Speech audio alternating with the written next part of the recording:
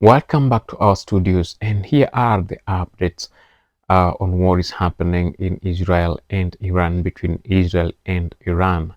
And most people don't really know the reality or the truth of what is happening, because sometimes the information you're receiving, it's AI generated. Some of the photos are AI generated. Every military is doing a campaign, and the Iranians know how to do the online campaign using most of the AI images that they have generated from the AI to show that Iran is winning, or Iran is really striking Israel. Yes, Israel have received a couple of strikes and destruction of property here and there, casualties, but the casualties in Israel are not as many as the casualties that have been seen in Iran. But someone will ask a question: why this war? What led to this war? Let me take you through and try to inform you on what has made this war come this far as it is, and what might make it become much worse and bad.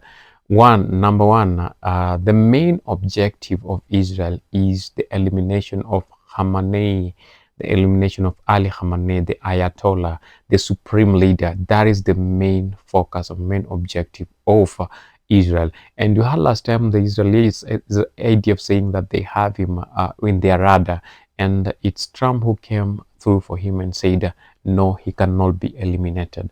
Trump has a reason to why he said so, but now it remains to be a main objective for this. Why do they want to eliminate Khamenei? Khamenei is the sole sponsor of most of the proxies, terrorist organizations around the world. Iran is considered to be the, not Iran, but the RGC, the Islamic Republic of Iran, is the main sole sponsor of all these terrorist organizations around the world. And to Netanyahu and to Trump, they feel if they cut the head of the snake, that means the rest of the people won't be, the rest of the body won't be supplied with the nutrients that they need for survival. So if the Ayatollah is removed, that means that there will be no flow of finances to this to the rest of the proxies to continue doing the dirty work that they're doing for the sake of their Ayatollah. So we will no longer be having the Hezbollah will no longer be supplied, Houthis will no longer be supplied, Al-Shabaab will no longer be supplied, Hamas will no longer be supplied, because there will be no aid for them.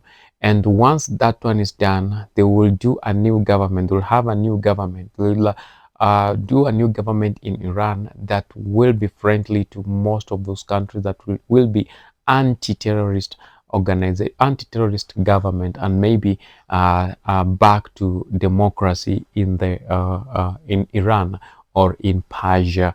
So that is objective number one. Objective number two, Iran is full of natural resources. And if the US will be able, or Israel will be able to tap into those natural resources, it will be very easy for them to control.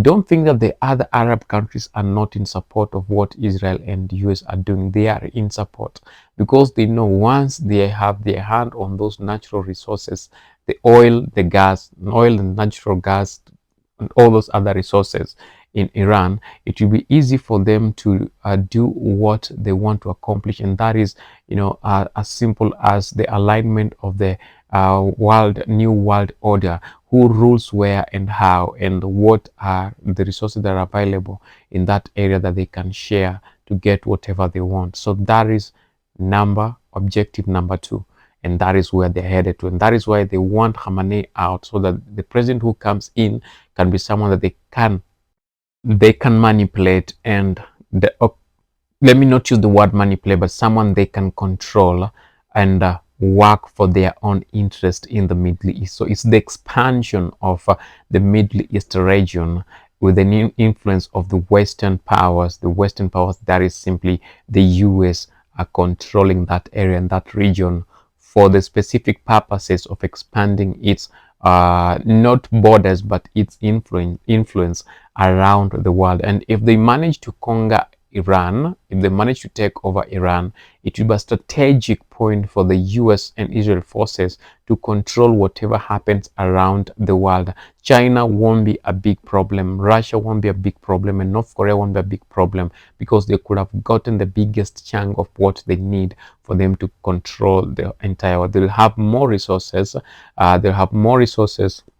and more power and more support, more alliances around the world that China might not enjoy. Remember, China are pushing the alliance between Iran and them. Russia is still doing the same. So if the US goes fast, that is a show of power. If Israel goes fast, that shows that US has won, and they have gotten whatever they really want to use against these people, and that is why they are going there.